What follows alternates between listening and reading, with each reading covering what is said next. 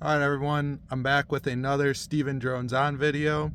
Today I am out at one of my favorite places I've found in my travels as a drone pilot. I'm out at Marai Valley Golf Club in Shelby, Montana.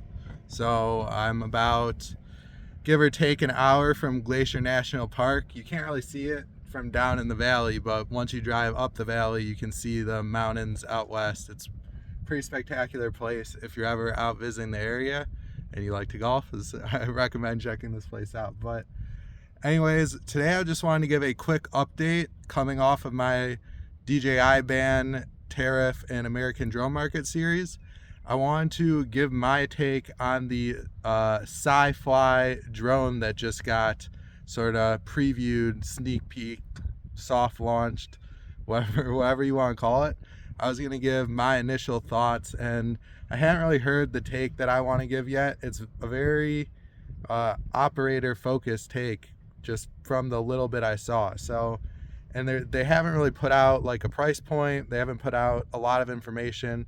They've just sort of shown the design of the drone and also shown some basic specs. So they're talking about this 2-hour hover time, 3-hour forward flight time with an electric battery drone, which really would be a groundbreaking design.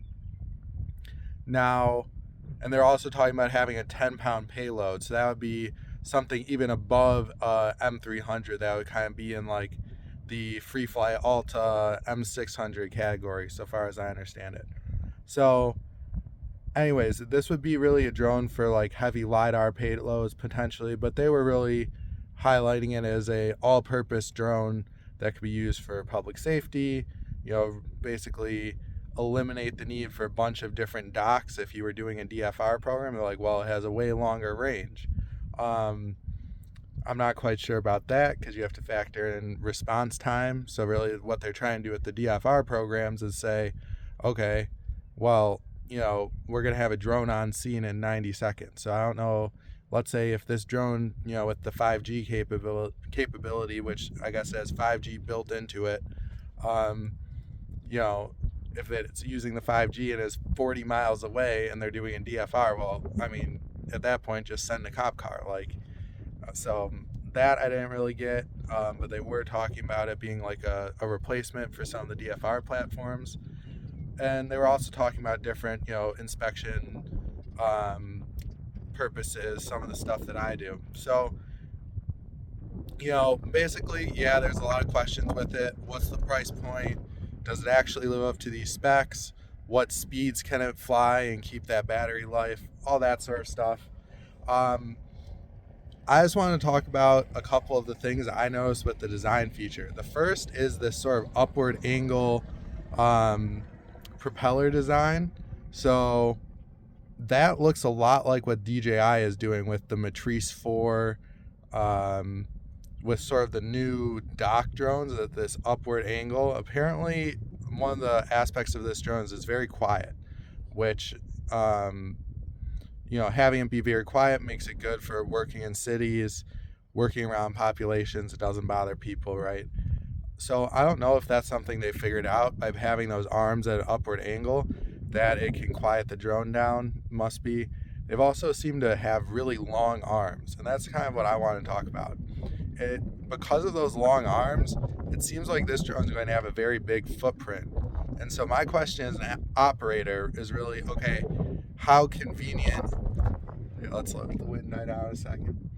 How convenient is that going to be to carry around? A lot of what makes my job difficult isn't necessarily so much flying the drone, is getting the drone in one piece from point A to point B. So, having good navigational skills, but also having a drone that's easy to carry in and out of the vehicle, having it quick to deploy.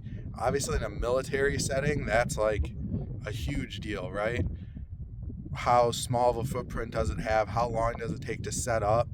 Like, it was basically what I'm looking at is like, okay, how big is this case going to be that you're going to have to schlep around? How big is, how are you going to attach the propellers or the arms? Stuff like that seems like it might not be the most convenient thing. And it's something that DJI has spent a lot of time putting into their design functionality, are these drones that are very quick to deploy and very easy to move in and out of a vehicle, and and like I said, to deploy. So that was kind of my initial thought, a little bit of an operator's take. We'll see if this is the drone that really blows open the American drone market. We'll see how quickly they can start producing large numbers. All of that stuff remains to be seen, but obviously this drone's been making a lot of noise. Well, not literally, figuratively. It's supposed to be very quiet. But we'll see what happens. That's my quick take. Is my big question is, how easy will it be to use? So we'll see. Yeah, that's it. All right, real quick, I wanted to add something that I totally forgot I wanted to say, but I think this is really important. So not only does I think the form factor with the really big wings arms matter when you're talking about getting in and out of the vehicle, I also think it matters a lot for certain types of inspections. So two of the types of inspections I've had the most success with, just in terms of like financially, are commercial roofs. So by commercial roofs, I mean like apartment buildings, and then also utility poles. And I actually see this type of drone, even though it has crazy flight time, I think it would be a disaster for that. Just because you're flying close to trees, in and out of tight spaces, and you want the maneuverability that the Mavic type profile offers. Obviously, for certain jobs, having that smaller drone is a huge benefit. So I'm very curious to see if they will release a drone that has that smaller form factor but better flight time. And then if they didn't release that, would it really have better flight time than, let's say, a Mavic? So that was one thing I forgot to mention that I'm very curious about with this new company, SciFly. We will see.